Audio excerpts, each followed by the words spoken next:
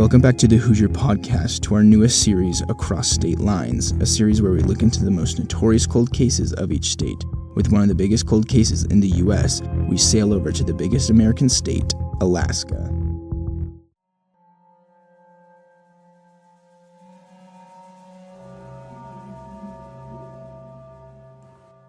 A ship drifting away from the dock with a mysterious man at the head of the boat. 6 confirmed bodies and 2 others thought to have died in the process. A boat burned down with any and all the evidence to convict the culprit. All happening in the dead of night, with different witnesses seeing different things, ending up as Alaska's biggest murder crime to date. With everything we have, some consider this a cold case. Others consider this a closed one.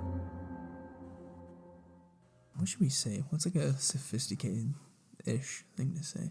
Something that encapsulates who we are and why we're doing this. Just two guys who think that unsolved crimes are fascinating. Yep, just 2 dudes who have a yearning for justice. I guess what you just said. I'm Sean. I'm David. Perfect. That's all you guys need to know. Mark Coulthrust, being a 28-year-old, had just gotten himself an $850,000 commercial fishing boat, naming it The Investor. Question, if you had a boat, what are you naming it?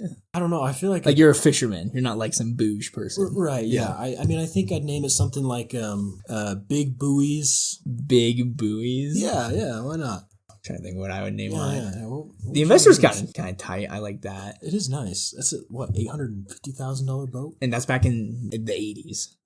So that's probably, dude, I'm not good at math, but like $2 million now, something, right? A lot. If I had a boat, what am I naming it? Bro, back to the roots, the Hoosier. The Hoosier. I'm Big definitely fan. naming it the Hoosier. Love that.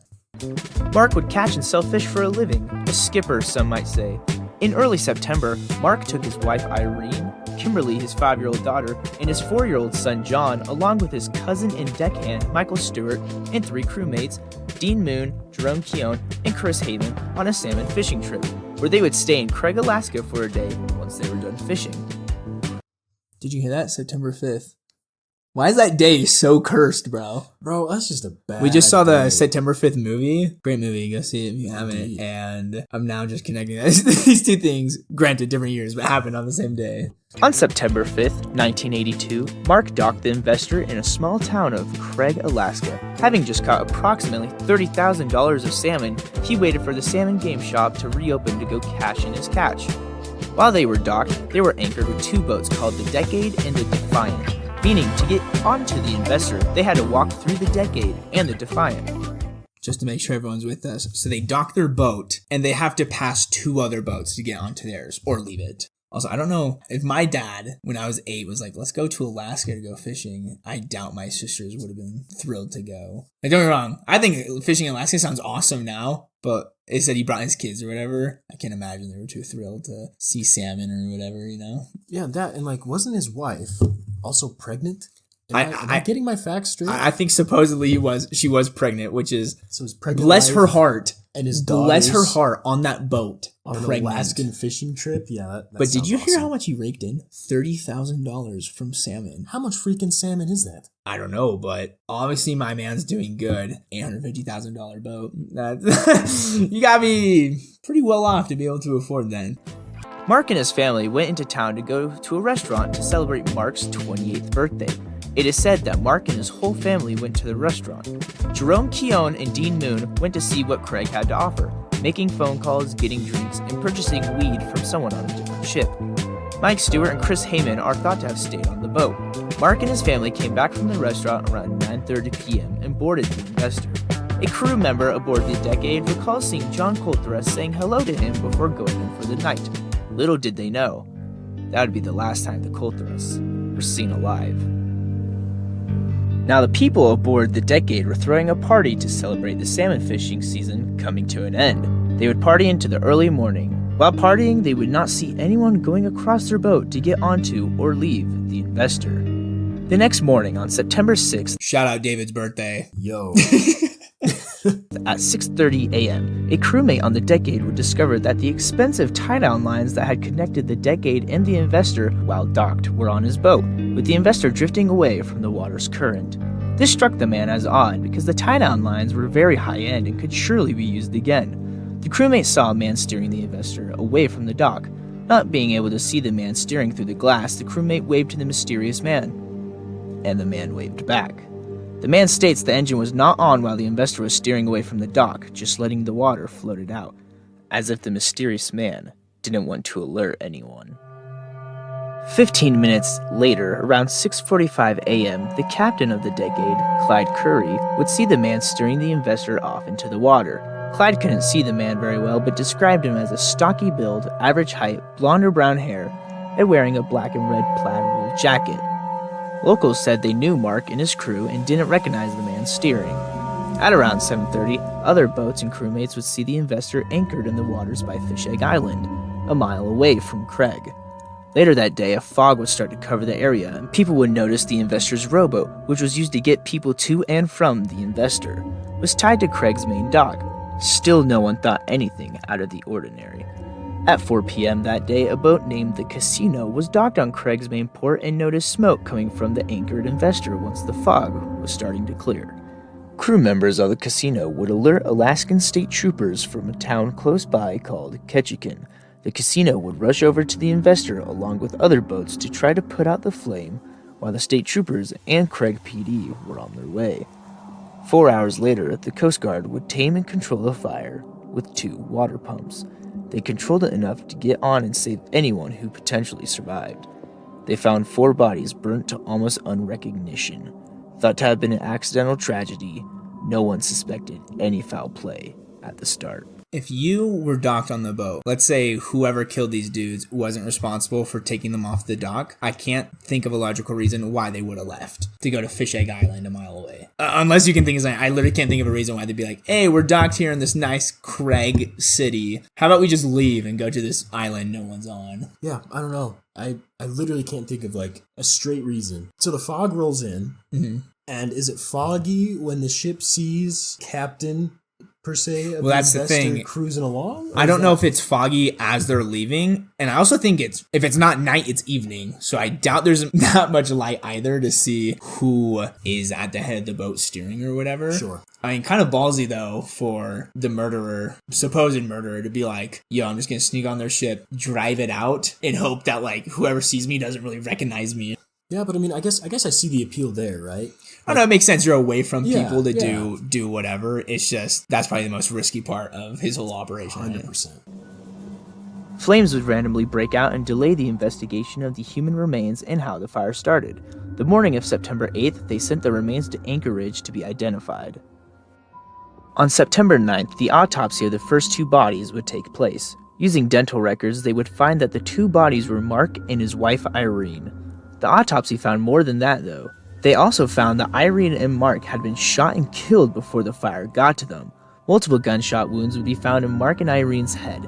Though not specified, it is said it wasn't an execution style, but authorities never elaborated on what that meant. So kind of crazy to shoot someone multiple times in the head. One should be enough, right? And then light them on fire. I mean, that's to get rid of evidence, obviously, but if you shoot someone in the head, there's a more than likely chance that dude is dead. Like, there's no reason to shoot him multiple times. I mean, that sounds like a lot of rage. Well, and it's Mike and his wife who were shot multiple times in the head. Right, yeah. I don't know who had it out for them or whatever, but there was no indication whether the others, I guess there were too burned to tell if they also had been shot multiple times. Who's carrying that much ammo on a fishing boat? I feel like you would need to conserve it, right? If you're trying to kill 8 people on a boat, you're not going to waste 4 shots in one dude's head, right? Yeah, and what? They said it was like, what, a 22 rifle? It's a pistol? rifle, yeah. Okay, so it is a rifle. It's a rifle. Not super familiar with rifles at this time. True. But I assume they would be semi-automatic, harder to load. Yeah. Is that valid? Yeah, but I'm also thinking like, okay,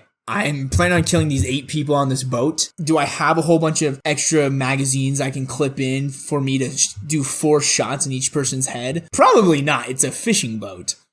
So it's like, why waste all that ammo in their head? Like, I don't know why I'm so hung up on that, but it doesn't make any sense. The other human remains were soon discovered to be Mark's 5-year-old daughter Kimberly and Mark's cousin, Mike Stewart. Though they would find 3 other human remains on the boat, only one of those could be identified through a jawbone fragment. That person was Jerome Keown. Chris Heyman and Dean Moon would never be identified as the other human remains were too destroyed for dental records or bone fragments, but it's most likely the remains belonged to them. Now Mark's son, John's remains were never found. It is thought that John was located where the fire originated from, burning his body to ash. It is theorized that all of them had been dead before the fire started due to the lack of carbon monoxide in the lungs of the recovered bodies. But it can't be confirmed that they were also shot due to the bodies being too destroyed to get enough evidence. Blood alcohol in the adults suggests the adults had been drunk. While this was going on, the investigators back at the Investor would discover that someone tried sinking the boat before setting it on fire. The culprit opened the seacocks on the boat as an attempt to sink it, as sinking it wouldn't draw any attention and would be harder to find, if discovered gone. Mark Colthrust's father gave a statement saying, "We're reasonably sure it's arson, due to the Investor being an $800,000 boat that was designed not to burn. Any widespread fire would have had to been intentionally started because of the way the ship was designed." Investigators would also find that the fire started in the front of the boat, not the back, which is suspicious because the engine and fuel were in the back, which is where an accidental fire would originate. A .223 Ruger rifle would be found on the boat, which was most likely the murder weapon, but could not be confirmed due to the destroyed condition it was in. Through all this, they would compile an outline of what the suspect looked like based on all the eyewitnesses. White male, 20-ish years old, between 5'9" and 6 foot, 160-ish pounds, dirty blonde hair, and had rectangular glasses. It's not exact though, because some of the people claim they saw other attributes, but this is an overall description of the mystery man. That description right there probably encapsulates 1,000 people that go to our college. Honestly. 160 pounds, white, blonde hair. If I'm going to put on a disguise, I'm putting on glasses. I doubt the killer after is walking around with those glasses if someone could have seen them, right? No way. It doesn't hurt the investigation, but it also doesn't really help. Because No, it eliminates, like, if you're Asian or African American, but how many people in Alaska, like, majority are Caucasian dudes. Like, you're not eliminating very many people. No, it's true. I mean, give me a more basic description of your average white guy. No, exactly. Like- yeah. And then on top of that, it's a city where people are coming and going all the time. It's like Vegas. Oh, dude, that was Alaska, there. Vegas, I guess. Yeah, in Alaska and Vegas, in the sense of this is where all the fishermen go, rest from fishing, and then they're gone again, right? Nobody, I'm sure there's residents there, but most of the people are just coming and going. So add that on top of a very vague description, you're not going to really get anywhere trying to find a dude. No, sir. However, this wouldn't succeed too much because according to the mayor who saw the man, he said, "There were probably 500 guys in the town at that time that looked just like him. You just don't pay any attention." It would also be hard to pinpoint anyone who was there because the fishing season was coming to an end and everyone in Craig was just visiting and left after a couple days to go home. So all the suspects or witnesses or any clues were gone and would lead authorities to different states. Now that we have laid out the timeline and lore of the crime, let's get into some theories of what could have happened. The first theory is that one of the crew members who couldn't be identified was responsible for the crime. Chris Heyman and Dean Moon were never identified with the human remains, but there were some things that point to Dean being responsible. The crime could have taken place while Dean was high from the marijuana he bought when he first got into town. Something could have led to an argument with the adults being drunk and Dean being presumably high. Dean would also know where the gun on the boat would be since he had worked with Mark before, and the people aboard the Decade claimed they never saw anyone get on or off the Investor, which would lead you to think it was an inside job.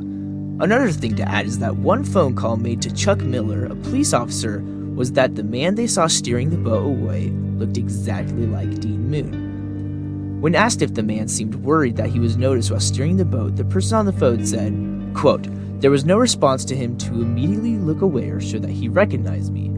All I can remember is that the guy looked exactly like Dean Moon did." End quote. Think more of the story. Don't do drugs. Don't drink. Drugs don't love you. These last two cases have involved alcohol.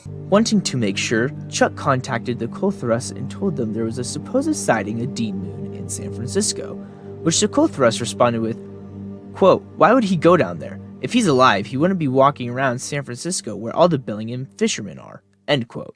But there's some faults with this.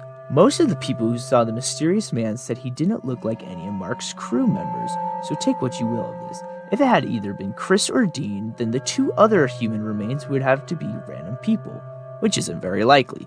It's true. If it was an inside job, that means the person would have had, either by pure luck, another person was on that boat when he committed the crime, or he would have had to get someone else on that boat to kill them to make it look like the 8 who came on that boat were the 8 that died, and it wasn't an inside job, right? The other boats that you have to walk onto to get onto the investor said, oh yeah, we didn't see anyone come or go that night, which I'm assuming you could probably, if they're docked, right, you could just get in the water and swim to it.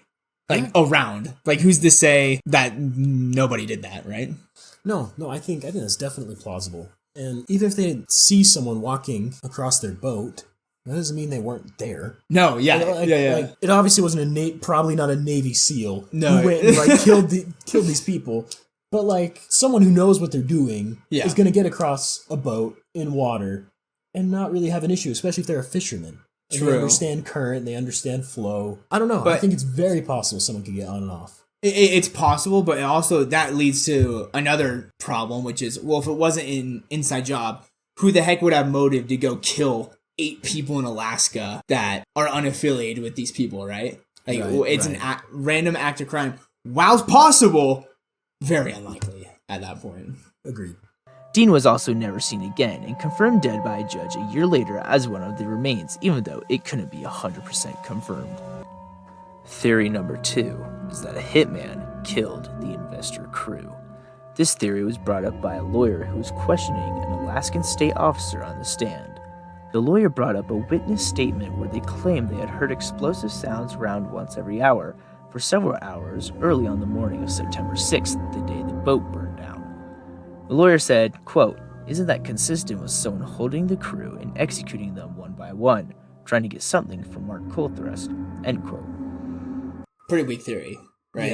Yeah. I don't think there's much intellectual food for thought here. Yeah, that's definitely the defendant trying to take the heat off his boy, like, hey, yo, but somebody heard something that could have been this. And it's like, or it could have been insert 6 million other things, right? Oh, yeah, no, I mean, that makes no logical sense. Let's play devil's advocate.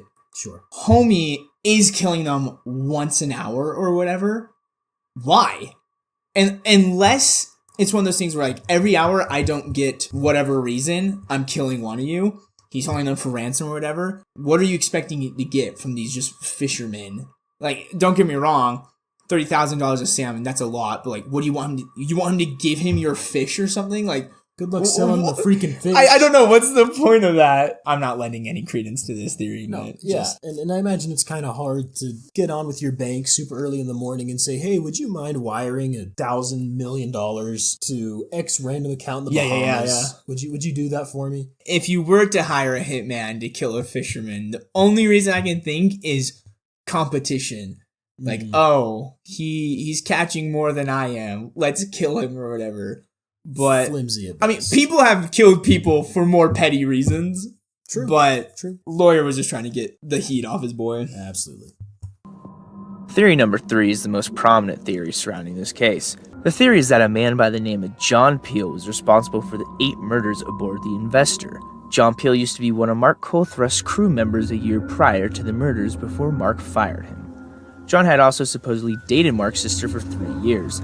They arrested John with circumstantial evidence, placing him in the town at the time of the murder, seen purchasing 2 tanks of gasoline, having personal connection with the Coulthrust family, failing a polygraph test, and having multiple tips to look into John Peel. John would be arrested and have a preliminary hearing date, which is like a trial before the real trial, where a grand jury decides if the evidence can be submitted against the defendant, and a judge determines if there is enough evidence for the defendant to stand trial. John was facing charges of first-degree arson and the 8 murders, facing life in prison. During the trial, the prosecution would lay out all the evidence they had indicting John Peel, almost all of it being circumstantial. If you recall, when the boat was seen on fire, the casino boat went over to the burning Investor to see what was happening. What I didn't tell you was when they were sailing over to the Investor, they saw a man coming back from the Investor on its skiff back to the dock. They identified the man as John Peel, as did multiple other people. However, there are witnesses who say the opposite. One man in particular who knew John Peel and saw the man on the Investor skiff claimed, quote, "It was definitely not John Peel on the skiff," end quote. Another witness would also see John Peel talking to Mark and his family in the restaurant they went to after first docking into Craig for around 10 minutes. John also allegedly sold Dean Moon and Jerome Keown, Mark's crewmates, the weed they got when they first went into town. Alaska law in 1982 states that up to 4 ounces of weed is still legal, but I don't know if it was illegal for John to sell it and to sell it to underage guys. The prosecution would push the narrative that John and Mark had beef after he fired him for alleged drug and alcohol abuse, and he wanted to get back at him, trying to create a motive for the grand jury. But John's lawyer would retort the claims with multiple statements from Peel's friends and family, along with Mark Coulthurst's family, all of them stating that John was a nice, outgoing guy and also got along with Mark well. Many of them feeling it was impossible for him to be the killer. The defense team would also bring up that John had no prior criminal record, so him one night killing 8 people seemed a little far-fetched.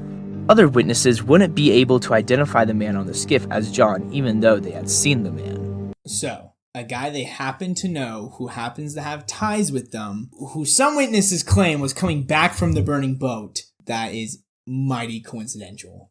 Mighty. That's pretty hard to swallow. That's pretty hard to explain.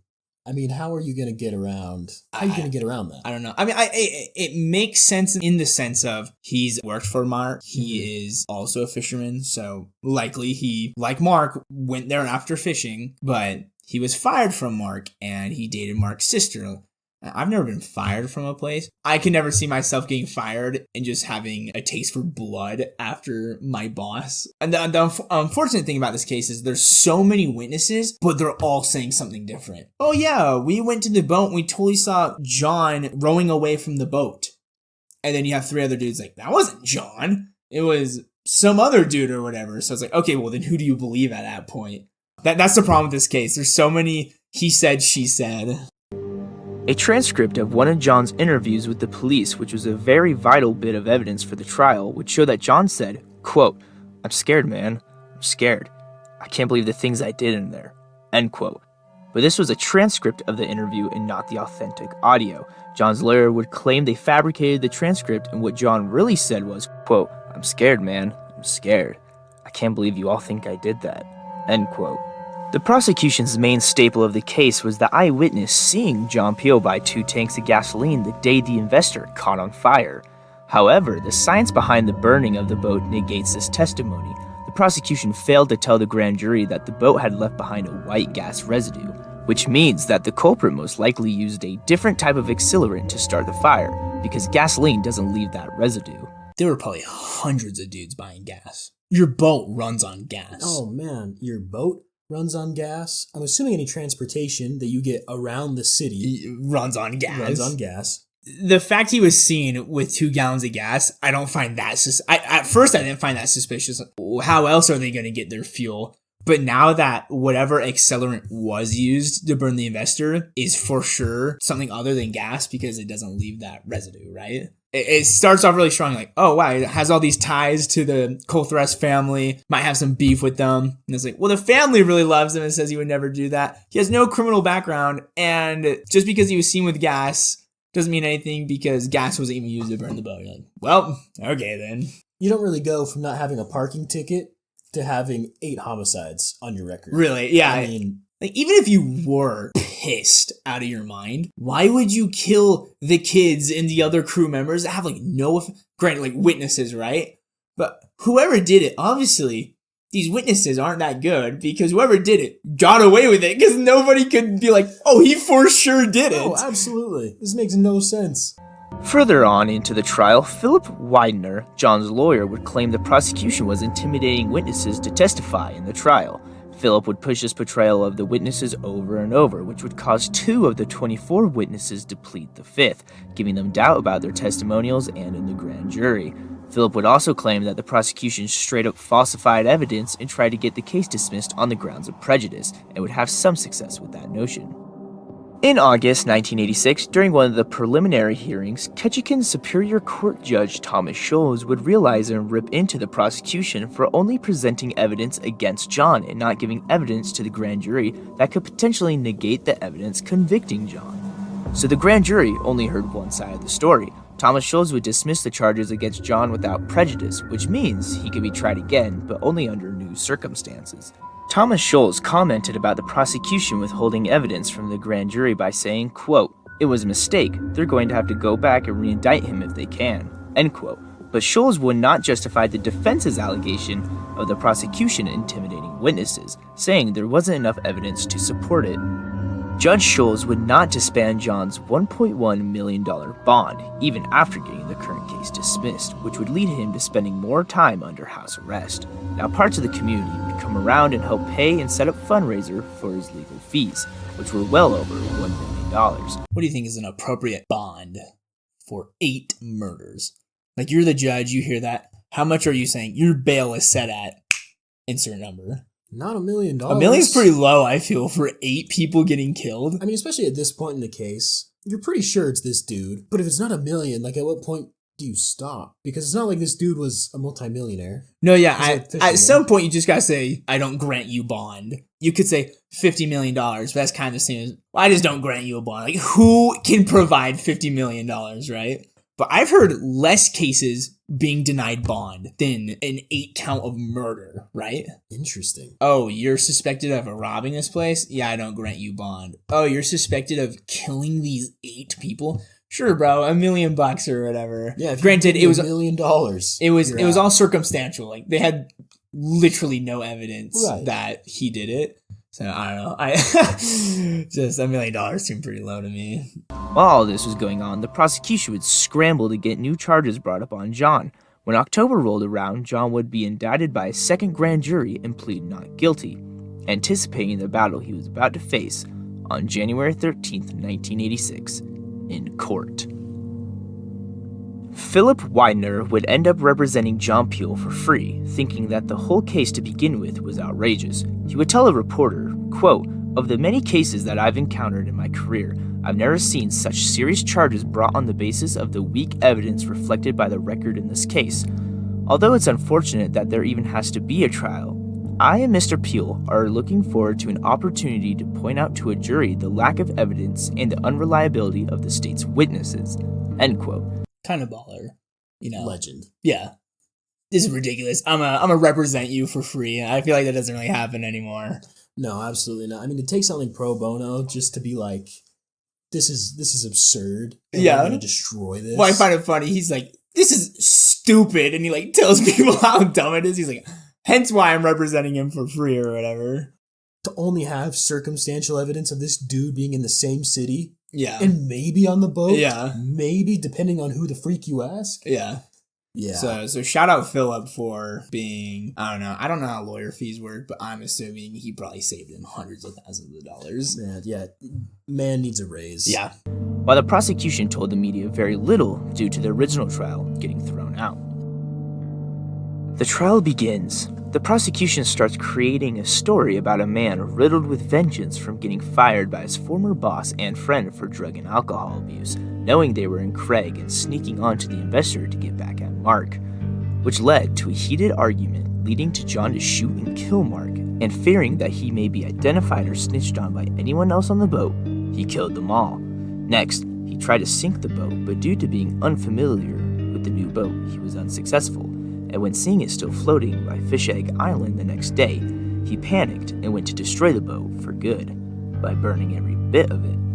Then he'd lay low and travel back to Washington, thinking he had just gotten away with the biggest murder case in Alaskan history. You're on the jury. You hear that. How much credence are you putting into that? I don't love the unfamiliarity with the boat. Yeah. How hard is it to sink a boat? For lack of like industry terms, you poke some freaking holes in it and it sinks. Yeah. How on earth do you screw that up? He's obviously a fisherman. Like, yeah, they're like, it's a new boat, so he didn't know. Maybe, but I'm pretty sure you give me enough time, I could figure out how to sink a boat. I'm gonna sink the boat. That's pretty weak. Yeah, so if I was on the jury, I don't know how I'm feeling about this one. Some of the witnesses the prosecution would bring up would testify that John showcased outlandish behavior prior to the murders and after them, whilst also knowing stuff about the case that wasn't open to the public yet. Some witnesses claim John knew the victims had been shot before the police released that information on September 9th. One witness, a fishing captain by the name of Jeff Fundy, wouldn't remember anything detrimental until almost a month later after the murders. He had been in Craig the night of the murder but didn't have anything to tell the police, but he would tell the court that 1 month later he was taking a nap and he heard gunshots go off and suddenly he had a recollection of the night, the gunshots kick-starting his memory. He remembered hearing loud arguing on the Investor on September 5th. He then told the jury, quote, "Then I believe I heard shots, 6 or 8 shots, then a scream. Then I believe there were more shots. It went on for quite some time," end quote. It would later be found out that he had been drinking in the evening when he suddenly remembered these details. Jeff would also claim he didn't think he was dreaming but couldn't be 100% sure. John's lawyer would bring doubt and ruin Jeff's validity to the jury on the suspicion of him drinking the evening of and suddenly remembering these details a month after the crime. It's also noteworthy to point out that the Decade, the boat that was tied to and docked right next to the Investor, were having a party and never said they heard anything. And if they didn't hear anything, then I don't think someone else, located farther away, could have heard anything either. I do think that's a bit much. To have the boat, next door, I guess, not hear anything, and have some dude just be like, "Oh yeah, there were like 6 or 8 gunshots and some screaming." Like, what? How hard are these people partying? They had a party on their boat. I'm imagining 60-year-old fishermen just like turn on the radio, crack open a cold one, and just lounge around. Like, I'm assuming these dudes are just chilling there, right? Yeah, a party. This isn't a frat. No, yeah, exactly. Yeah. They're not. There's no butt chugging. Exactly. These are just some old dudes. So, it would have been very likely that those guys would have heard something. But at the same time, there were gunshots, and the multiple people saying, "Yeah, I heard shots." It's like, well, okay, you probably did then, right, if there were gunshots. So, I don't know. Larry Demmert Jr., John Peel's boss and captain of the boat John was working on, would be called to the stand. He would bring more substance and validity with his remarks on the basis of being John's boss and knowing him for 10 years. He would tell the court that on September 6th, 1982, he woke up around 2 a.m. Quote, "I think I heard a woman scream. Immediately after that, I heard popping sounds, like a generator backfiring. I wasn't sure. I was real scared. I had never been that scared in my life. It was like there was danger in the air, evil in the air. It was real thick. I saw John Peel standing on the dock. Looked like he might have had a rifle in his hand." End quote. He would tell the court he knew it was John due to the person on the dock wearing the same hoodie and hat John usually wore. He also said he knew it was John holding the rifle because John's rifle had a distinguishable scope, and that's what he saw the figure holding. You're a gun guy. Could it be misconstrued as a generator backfiring? Like a rifle specifically, because that's what the supposed murder weapon is. It kind of depends. One, if there's a suppressor on it, but they're using supersonic ammo, meaning it's a quieter shot, but there's still the sound of the bullet breaking the sound barrier. Okay. So there's still a crack, but it's not as loud. So, could that be a generator backfiring? I think that could be. But if there's not a suppressor, I think that would be pretty freaking loud. Yeah, I wonder how easily you could misconstrue it as, oh, that's just a generator, until the point where you're like, okay, maybe that was a gunshot. I'm not too sure. What do you think of John's boss's testimony? Oh yeah, I knew it was John because I know what he looks like. I saw him. I woke up. He was there. I noticed he had his gun with his specific scope. Yada yada yada. How much are you buying this story? Well, it's freaking dark out there. How on earth is he looking at this dude being like, oh, that's the same hat and hoodie? I'd be shocked he'd come up with a color. Nonetheless, what hoodie he's wearing. If you've seen a scope with a rifle in the dark, that's it. A scope on a rifle in the dark. You can't be like, oh, that is that specific. No one could do that. Yeah, that's true. Another witness is just testifying to get some other charges dropped. So it's like, how valid are your statements? This guy could 100% be telling the truth, but his validity immediately gets thrown out the door just because he's being charged with something else. So bad. Yeah. Also, I like how a lot of these just involve alcohol. Where it's like, yeah, I was drinking and then I remembered, and you're like, I don't drink, but I don't know. It gives you superhuman memory when you do drink. I know. I was absolutely hammered, and then I remembered. Yeah. Bro, you don't remember a freaking thing. I don't want to hear it. Larry would also say that John decided to fly back home to Bellingham instead of sailing back with the crew, which is just odd. But John's lawyer would attempt to refute all this by claiming that he was only testifying for the prosecution to get out of separate drug charges. John's lawyer would ask him extensively about using Valium while he was testifying, which could have impaired him. Alice Iron would be another witness the prosecution would call to the stand. She was the waitress at Ruth Ann's restaurant in Craig, the same one the Colthrust family went to before they were killed. She said she saw John talk to the Colthrust family at the restaurant for at least 10 minutes. But when she was questioned about the night she saw him a couple weeks later by the defense, she couldn't confirm she wasn't mixing up when she saw John in the restaurant talking to his lawyer. The prosecution would finish calling witnesses and rest their case in late June. Now it was the defense's turn to present their case. They too would call many witnesses who seemed to disprove or cast doubt on some of the other witnesses, especially the multiple witnesses who said John was not the man on the skiff. A witness by the name of Joseph Waymiller would go to the stand. Joseph was a fisherman in Craig at the time of the murders. He said the man on the skiff was not John Peel. The man was stocky and thought to be Native American, which counteracts John being the man on the skiff escaping from the burning investor because he is tall and white. It would be brought up once again by multiple witnesses and John's lawyer that Mark and John had no contention and were friendly towards each other leading up to the homicides. They also lived in the same area and were part of the same big friend group and would often interact with each other at social outings. John's lawyer, Philip Widener, would continue to reinforce the idea that the prosecution had no physical evidence tying John to this case, and all their circumstantial evidence could be refuted by others.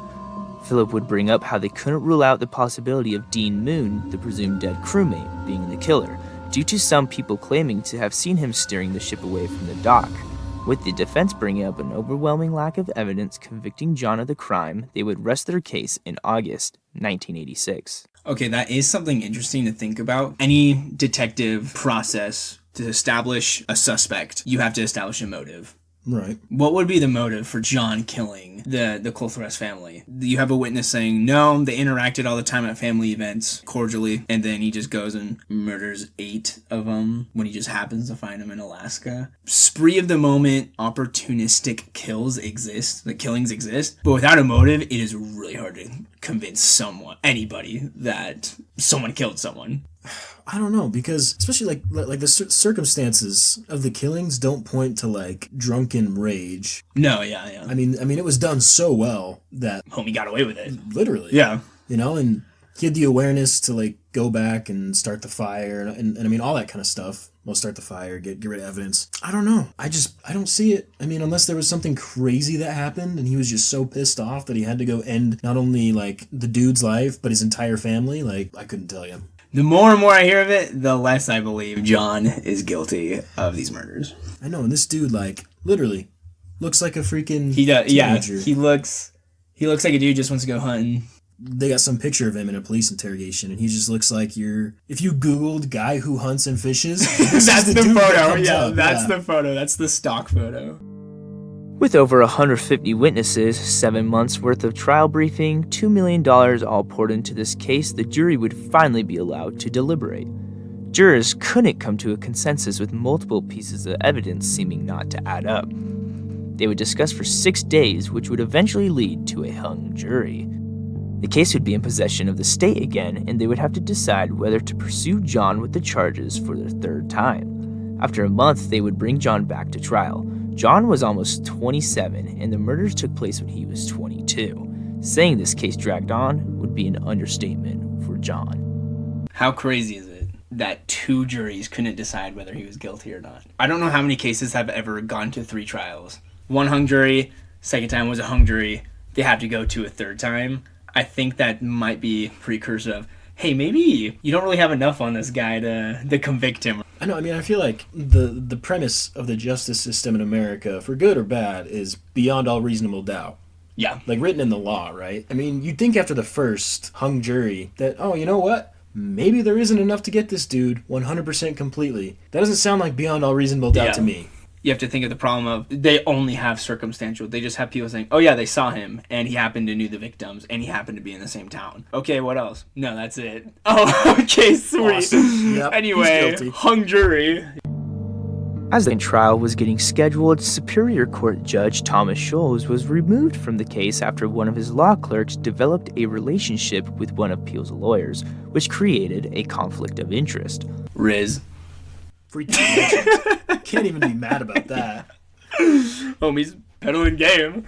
All this would delay the trial even more. The trial was moved to Juneau, the capital of Alaska, and a whole new jury was brought into the case, which meant going through countless hours of hearing witnesses again. The trial would start and unfold just like the first trial, with the prosecution pushing the idea of a man out to get revenge on his former friend/boss who fired him. They would call up a new witness, a homicide arson investigator, James Stogsdill. He would explain that they got sketches and descriptions from a lot of witnesses to make a rough sketch of the culprit, and that sketch matched John Peel.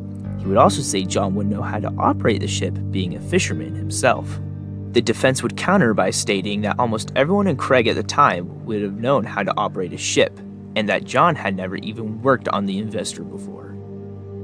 Two brothers, Walter and Charles Samuelson, would testify in the trial. They would say that John confessed to the killings while they were playing a game of cribbage months later.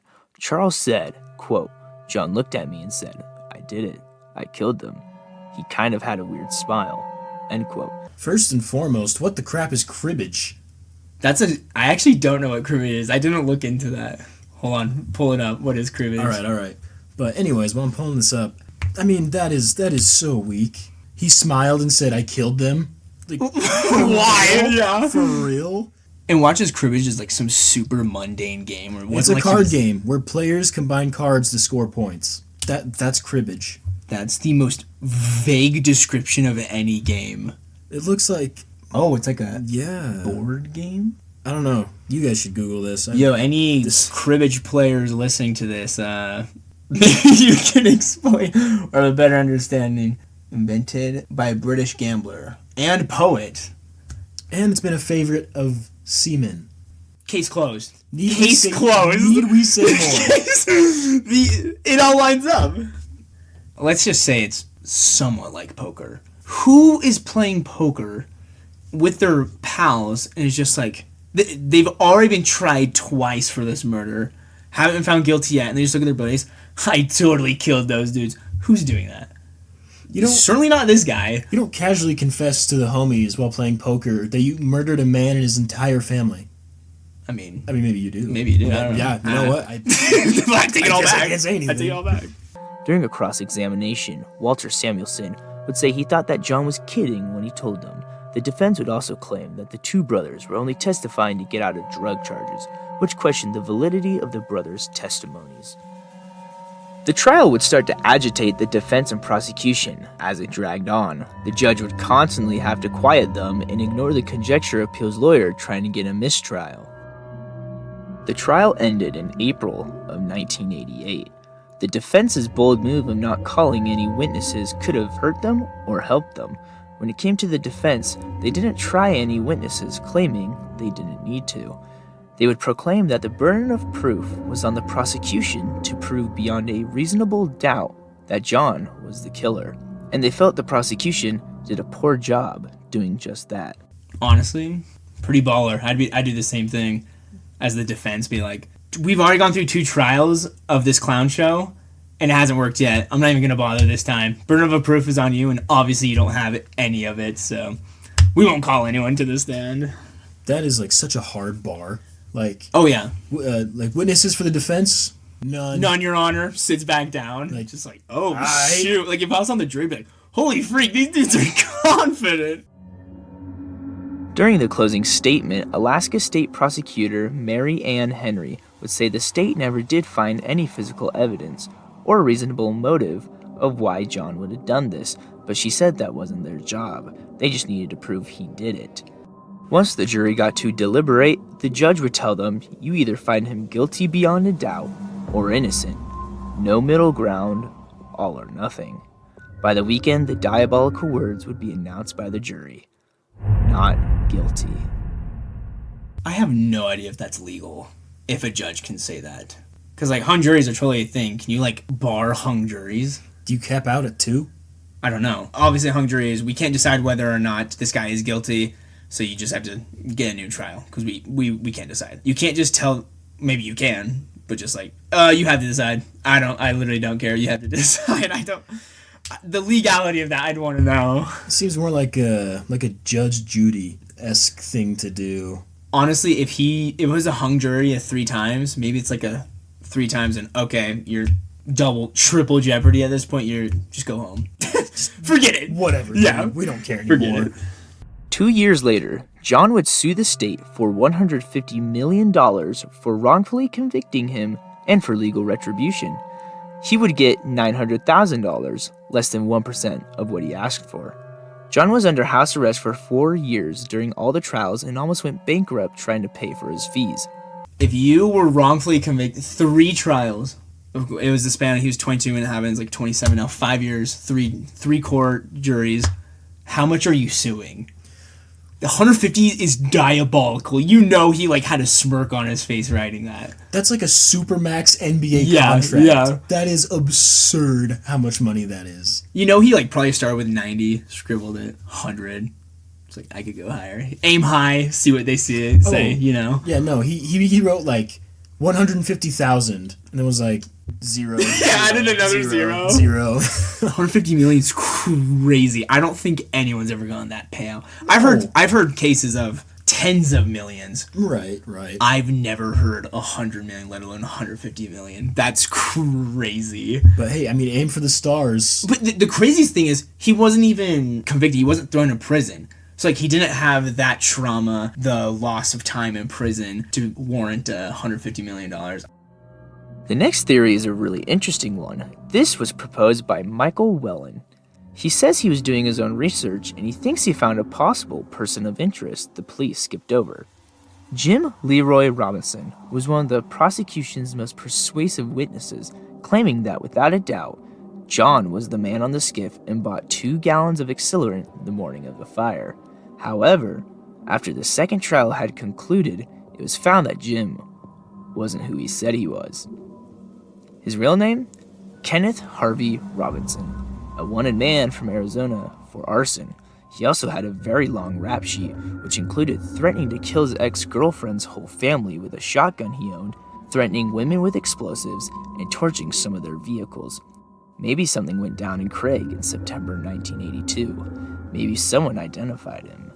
Maybe it was Mark Colthrust, or maybe he was being blackmailed. What are the odds? What are the odds? So homeboy just like makes up a fake identity for himself and goes and testifies. Literally testified in court, yeah. Under a fake name, like just bullcrapped his way into this, and then has a history of arson, like threatening to kill people.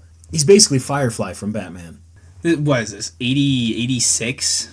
Yeah, how? Yeah. I mean, I've never testified on court. I'm sure you have to show some documentation or something, but maybe back then they're just like, hey, were you there? Do you recognize this John dude? He's like, oh yeah, I totally saw him on the skiff riding back from that burning boat. They're like, come testify for us or whatever. But I mean, even then it was less than 40 years ago. Coincidentally, I for one don't really believe in coincidences, and the fact that a serial arsonist happened to be in that town when the boat was lit on fire and he has a rap sheet of threatening to kill people. What the freak are the odds? Low. Like, incredibly low. I mean, how did they not convict this dude? They have more evidence for this dude than they do for John Peel. That's true. I bet he was arrested if they found all this out, right? No, 100%. But this is still considered a cold case, so no one's actually ever been convicted. That is insane. Unless arson was kind of common in the 80s, maybe like a lot of arsonists were just running around. Possibly. But I don't think so, at least. Did John Peel kill his ex-boss's family in cold blood? According to some, yes. According to the law, no. Did Dean Moon fake his death to get away from the heinous acts of murder he committed while being under the influence? Or was it a wanted arsonist from Arizona who got too paranoid about what someone could have seen? Many believe, especially the Craig police force, that it is a solved case. Others aren't convinced they ever had the right person to begin with. One thing remains certain about this case. Nobody knows what happened that fatal night when John Colthrust, Mark's son, waved his last goodbye on The Investor.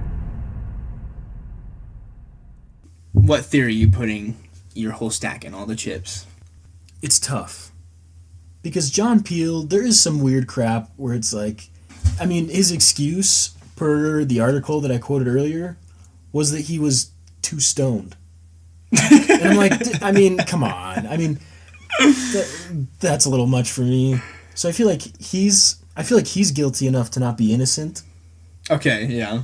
But that arsonist, especially with his involvement. Like, it's not even like, oh, they would just happen to be in the same town. It was no. They happened to be in the same town, and then he went and testified to, like, some random crap under a fake name.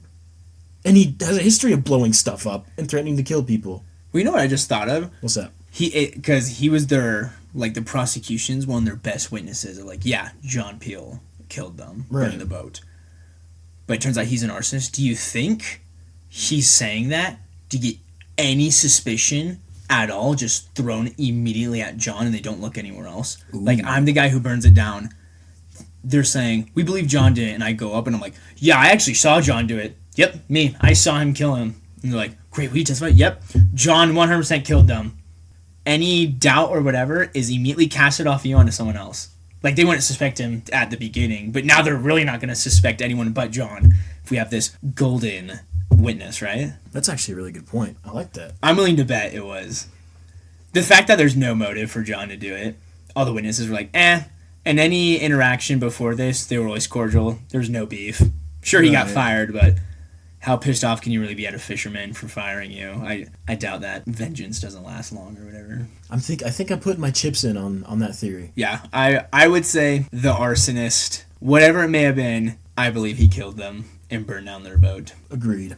The police force would disagree with us, but it's all right. I mean, yeah, they think John did it. So. They had crossed 0 witnesses off the list in like 1 or 2 years. They still had the same list of 8 to 10. Yep. I mean, I guess the most suspicious thing, if true, John knew they were shot before that information was released.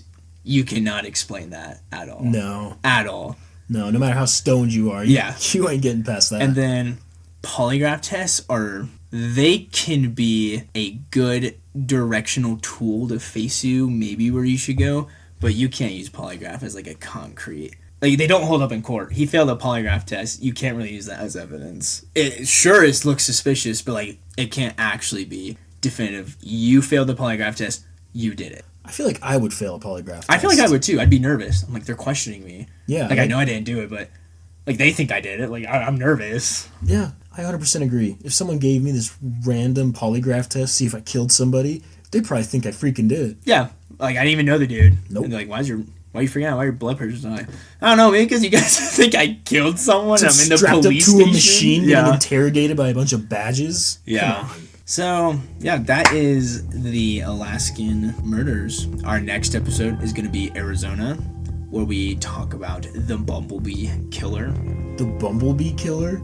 Yeah. It sounds kind of dumb, but it's actually a lot. It's the road that was on the Bumblebee Road. Oh, so it's called that. I was like, imagine you go kill a bunch of people, get away with it, and they're like, the Bumblebee Killer. It's kind of like, you remember that one meme?